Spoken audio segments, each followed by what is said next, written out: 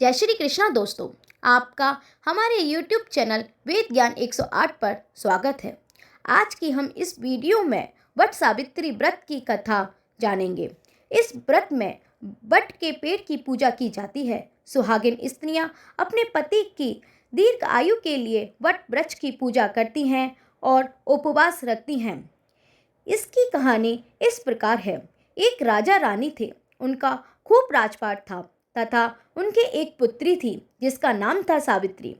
सावित्री बड़ी ही सुशील कन्या थी। वह चंद्रमा की कला की तरह बड़ी हुई। उसे बहुत ही लाड़ प्यार से पाला गया था। जब वह विवाह योग्य हुई तो राजा ने उसके योग्य वर ढूंढने के लिए दूत भेजे, लेकिन कहीं भी उसके योग्य वर नहीं मिला। तब राजा ने सावित्री से कहा, बेटी, अपने योग्य वर तुम स्वयं ही देख लो। सावित्री राजा के मंत्रियों के साथ रथ में बैठकर वर ढूंढने निकली। तब उन्हें एक पेड़ पर लकड़ी काटते हुए लकड़हारा मिला। तब सावित्री ने उसे ही अपने योग्य समझकर उससे कहा, मैं तुमसे शादी करूंगी। तब लकड़हारा बोला, मेरे घर में कुछ भी नहीं है। मेरे अंधे माँ बाप हैं। हमारा राज्य भी छिन गया है और लकड़ी काट कर ऐसे तैसे गुजारा होता है। तब तुम महलों में रहने वाली हो, कोई और राजकुमार चुन लो। तब सावित्री ने अपने पिता को जाकर बताया, हम शादी उसी से करेंगे। तब राजा ने मना किया, पर सावित्री नहीं मानी। उसी के साथ विवाह करने की ठान ली। तब राजा ने नारद जी को बुलाया। नारद जी बोले, उसकी आयु तो केवल 1 वर्ष की है और उस लड़के का नाम है सत्यवान।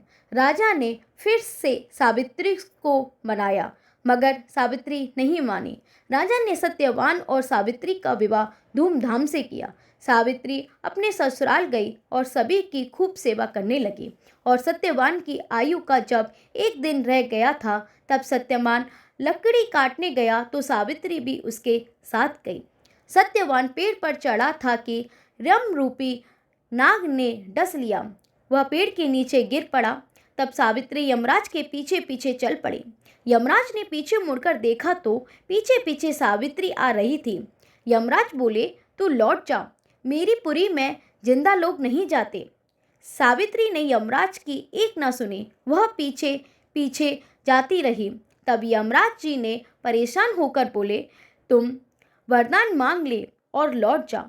तब सावित्री बोली, मेरे सास ससुर दोनों अंधे हैं, उनके नेत्रों में ज्योति आ जाए। तब यमराज जी बोले, जा, ऐसा ही होगा। फिर भी सावित्री नहीं लौटी। तब यमराज जी बोले, दूसरा वरदान मांग ले और लौट जा। तब सावित्री बोली, मेरे सास ससुर का राज्य छिन गया है, सो उन्हें राज्य मिल जाए। यमराज जी ने कहा, यह भी दिया, राज्य मिल जाएगा, जा घर को लौट जा। लेकिन सावित्री फिर भी ना लौटी। तब यमराज जी बोले, तू तीसरा वरदान मांग ले। तब सावित्री बोले, मेरे पुत्र हो जाए। तब यमराज जी बोले, यह भी दिया, जा तेरे पुत्र हो जाएगा, अब घर लौट जा। इतना सुन के सावित्री पीछे पीछे चल दी। तब यमराज जी ने लौटने के लिए कहा। तब सावित्री बोली, तीसरा वरदान तुम्हारा सच्चा नहीं है, झूठा है। मेरे पति को ही लिए जा रहे हो तो मेरे पुत्र कहाँ से होंगे। तब यमराज जी ने उसके पति सत्यवान को छोड़ दिया। दोनों पति पत्नी अमर हुए। वरदान पाकर घर आए तो देखा छिना हुआ राज्य वापस मिल गया। माता पिता को नेत्र मिल गए और सब जैसा का तैसा हो गया। जैसा वट अमावस्या भगवान उनके पति की लंबी उम्र की, वैसे हमारे पति की भी करना और कहानी सुनने वाले की भी करना। दोस्तों, अगर आपको हमारी यह कहानी पसंद आई हो तो हमारी इस वीडियो को लाइक शेयर अवश्य करें। साथ ही हमारे चैनल को सब्सक्राइब करना ना भूलें। धन्यवाद।